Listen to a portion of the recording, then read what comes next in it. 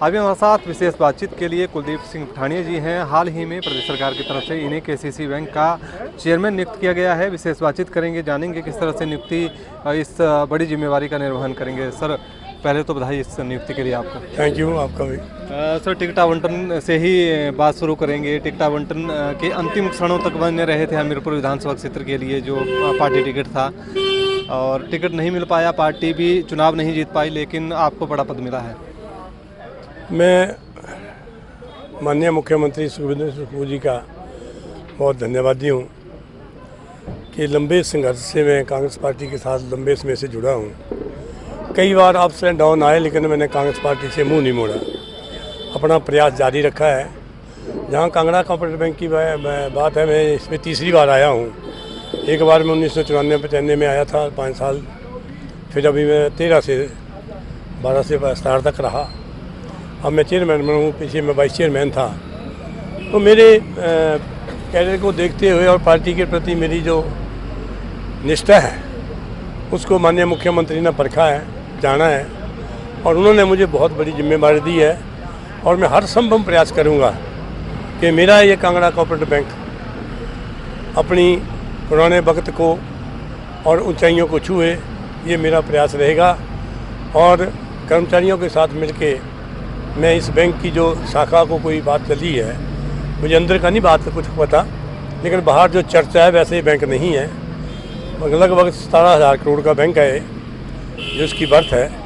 तो उसको आगे ले जाने के लिए लोगों के विश्वास को दोबारा बहाल करके इसको आगे बढ़ाएंगे, और मुख्यमंत्री के जो आदेश हैं, उनका जो सपना है, उसको पूरा करने का प्रयास करूँगा। सर, जैसा कि आपने कहा, अनुभव आपका रहा है बैंक में, पहले भी आपने इसमें अहम पदों पर कार्य किया है, उपाध्यक्ष भी आप रहे हैं, तो क्या कुछ नया देखने को मिलेगा या क्या विजन लेके चले हैं, क्या करेंगे नया? कोरोना के बीच में सब बैंकों को मार पड़ी है।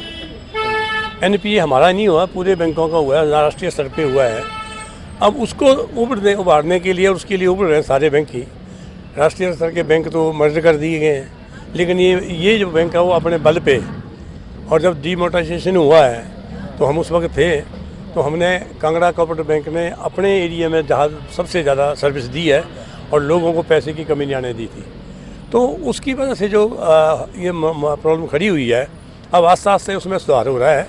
और आगे के लिए भी प्रयास रहेगा कि हम सब मिलकर, जो हमारे बोर्ड ऑफ डायरेक्टर हैं और कर्मचारी हैं, अधिकारी हैं, और माननीय मुख्यमंत्री का विश्वास है वो बरकरार रहे। मैं इसके प्रयास में रहूँगा। पावर सेंटर बनकर उभर रहा है सर हमीरपुर विधानसभा क्षेत्र। सुनील शर्मा बिट्टी जो कोई भी कैबिनेट रैंक मिला है, एक तरह से कैसे समन्वय बैठेगा? बड़े बड़े नेताओं को नियुक्तियाँ मिल रही हैं।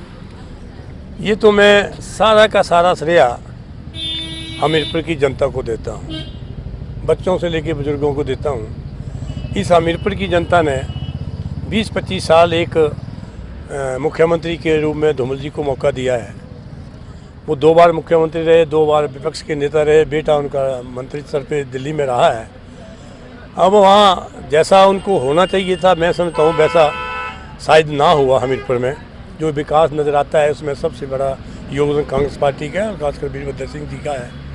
और अभी जो लोगों ने उसको देखते हुए माननीय सुखबीर सुक्खू को जो मुख्यमंत्री बनना था, लोगों ने उसके ऊपर उनको विश्वास जताया है।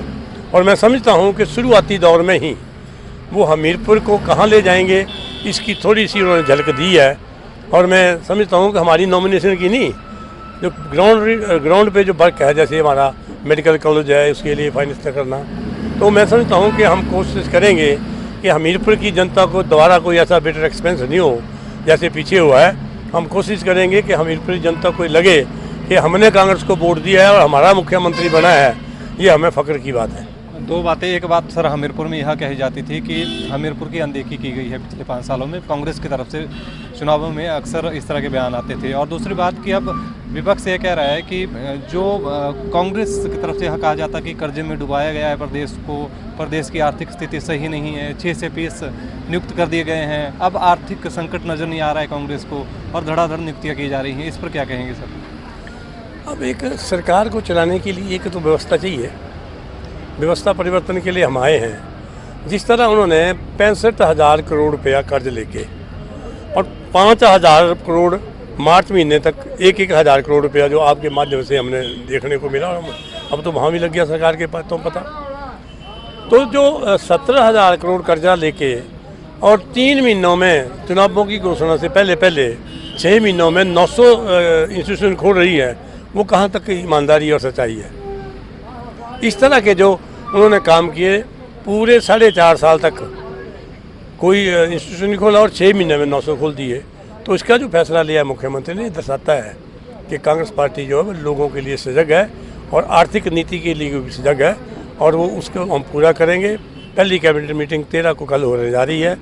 हमारा OPS भी होगा और 1500 रुपये जो 18 से 60 साल की औरतों को देना वो भी होगा।